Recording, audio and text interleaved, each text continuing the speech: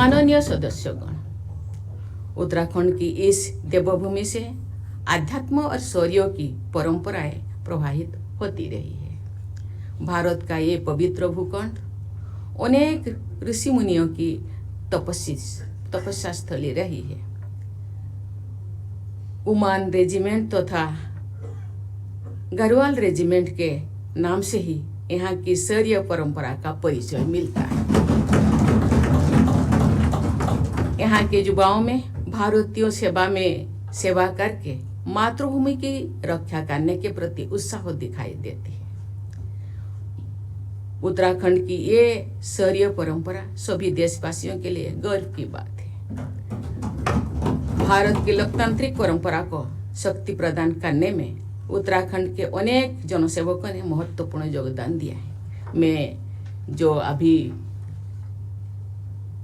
हम लोगों के साथ है उनको मैं नमस्कार करती हूँ, साधुवाद देती हूँ, और जो हमारे साथ नहीं है उनको मैं नमन करती हूँ, उनके स्मृति।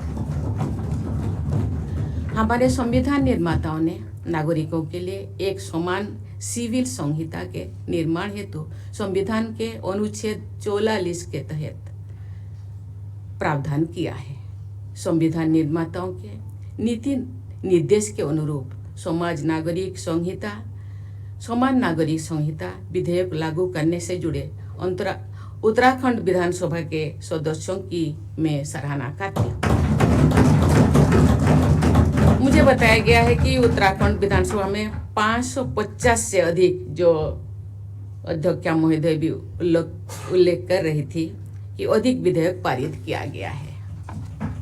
उन विधेयकों में उत्तराखंड लोकायुक्त विधेयक, उत्तराखंड जमींदारी विनाश एवं भूमि व्यवस्था विधेयक तथा नकल विरोधी विधेयक शामिल है।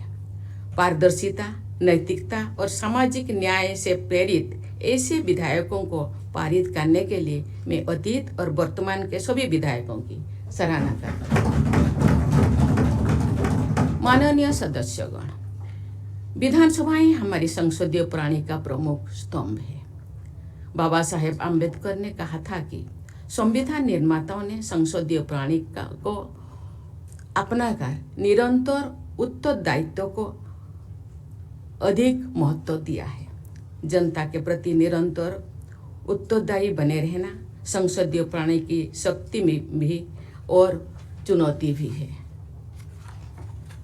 विधायकगण जनता और शासन के बीच की सबसे महत्वपूर्ण कड़ी होते हैं। जमीनी स्तर पर क्षेत्र की जनता से जुड़कर उनकी सेवा करने का अवसर मिलना बड़ी सौभाग्य की बात होता है। मुझे बताया गया है कि उत्तराखंड के जनसंख्या करीब 1.5 करोड़ है, लेकिन यहाँ इतने लोगों ने चुन करके केवल गिनी चुनी लोगों को, केवल मुट्ठी भर लोगों को यहाँ भेजा है, और उनका विश्वास, उनका आशा, उनका भरोसा करके विधानसभा को भेजना और उनके लिए सुशासन बनाने के लिए जो उनका आशा और भरोसा, ये बहुत ही सौभाग्य की बात है कि इतने लोगों को मौका मिला है उनके अच्छाई, उनके सुशासन को के विधायक बनाना, विधान बनाना और राज्य को आगे बढ़ाने के लिए। ये बहुत बड़ी बात है, बहुत सौभाग्य की बात है। एक विधायक के रूप में मुझे जनसेवा करने का अवसर मिला था। अपने अनुभव के आधार पर मैं कह सकती हूँ कि यदि विधायक सेवाभाव से निरंतर जनता की समस्याओं के समाधान तथा उनके कल्याण में सक्रिय रहेंगे तो जनता और जनप्रतिनिधि के बीच विश्वास का बंधन अटूट बने रहेगा। सामान्य जनता जनप्रतिनिधि की निष्ठा की महत्व देते हैं। मैं अनुरोध करूंगी कि विकास तथा जनकल्याण के कार्यों को आप सब पूरी निष्ठा के साथ आगे बढ़ाएंगे।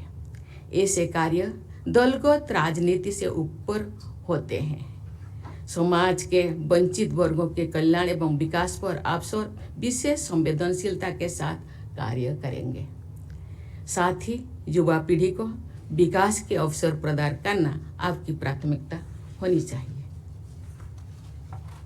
मुझे ये जानकर प्रसन्नता हुई है कि उत्तराखंड विधानसभा में इस वर्ष नेशनल इलेक्ट्रॉनिक विधान एप्लीकेशन की व्यवस्था का शुभारंभ हुआ है तथा इसके माध्यम से 2 सत्रों का संचालन भी किया जा चुका है।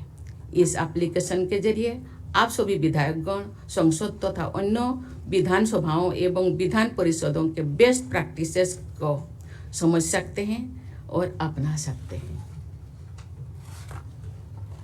माननीय सदस्यगण, उत्तराखंड में अनुपम सांस्कृतिक संपदा और सौंदर्य विद्यमान है। ये प्राकृतिक सौंदर्य से भरपूर है। ये देवभूमि भी है।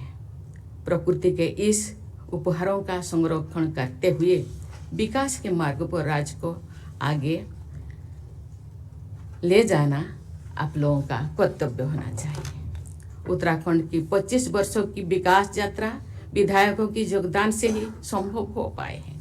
मैं आशा करती हूँ कि जन आकांक्षा को आप सब सक्रिय अभिव्यक्ति